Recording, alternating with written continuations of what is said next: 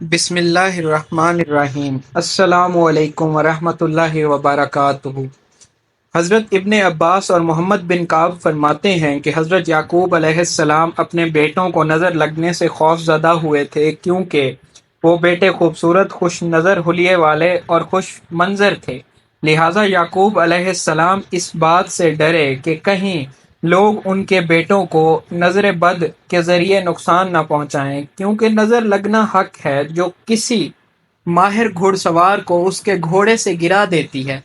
بس اللہ تعالیٰ کے رسول محمد صلی اللہ علیہ وآلہ وسلم نے ارشاد فرمایا،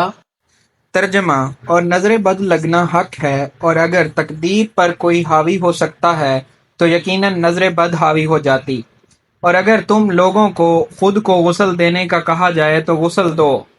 حضرت ام سلمہ رضی اللہ تعالی عنہا سے روایت ہے کہ ایک دفعہ رسول اللہ صلی اللہ علیہ وآلہ وسلم ان کے گھر تشریف لائے اور ان کے پاس ایک بچی بھی تھی جس کے چہرے پر پلاہٹ اور کمزوری تھی، تو رسول اللہ صلی اللہ علیہ وآلہ وسلم نے ارشاد فرمایا،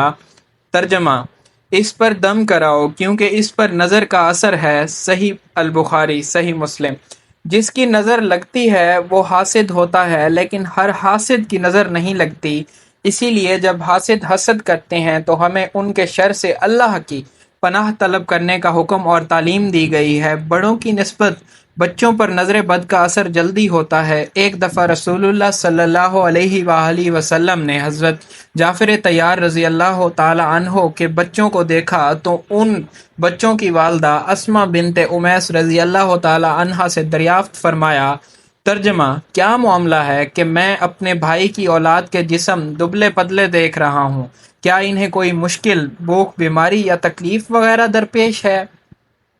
اسماء بنت امیس رضی اللہ تعالی عنہا نے عرض کیا،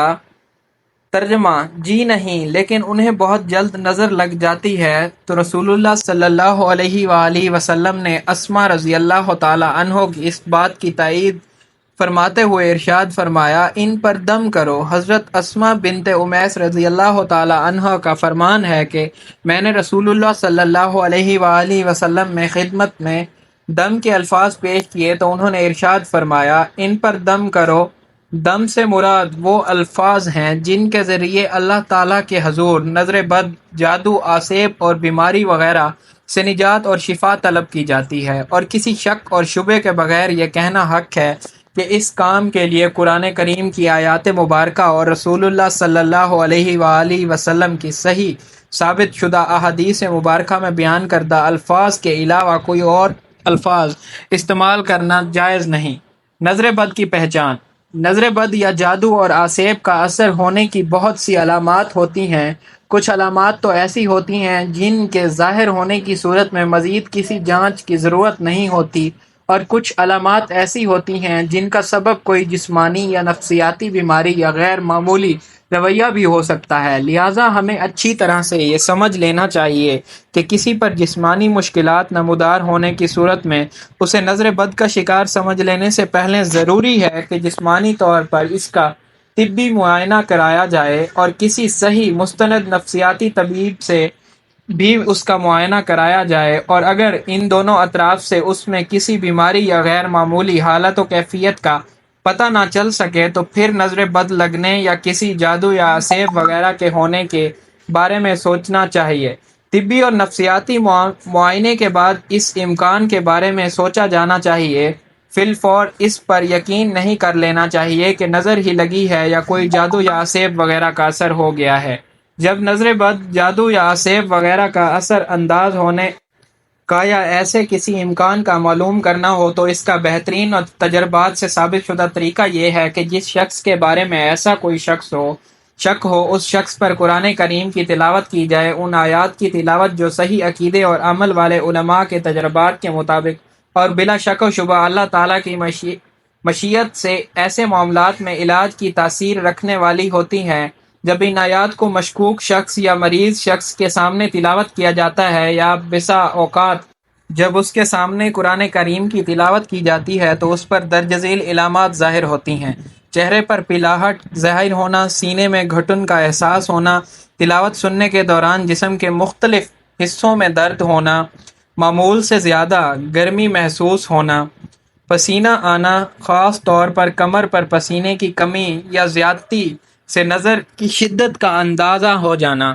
پہلوؤں میں درد محسوس ہونا، بے چینی کی کیفیت ہو جانا اور ادھر ادھر دیکھنے اور متوجہ ہوتے رہنا، رونا یا کسی سبب کے بغیر اور رونے کی کیفیت کے بغیر آنسو جاری ہو جانا، کسی وقت یہ حالت پاس بیٹھے ہوئے لوگوں پر بھی ظاہر ہو جاتی ہے جو کہ علاج کی غرض سے نہیں بیٹھے ہوتے۔ ایسی صورت میں معالج کو ان کی طرف بھی توجہ کرنا پڑتی ہے، لیکن دیکھنے والوں پر عموماً یہ اثر مریض کی حالت دیکھنے یا آیت شریفہ کو سمجھنے کی وجہ سے ظاہر ہوتا ہے۔ اس سے یہ نہیں سمجھا جانا چاہیے کہ وہ لوگ بھی کسی نظر بد، جادو یا سیب وغیرہ کا شکار ہیں۔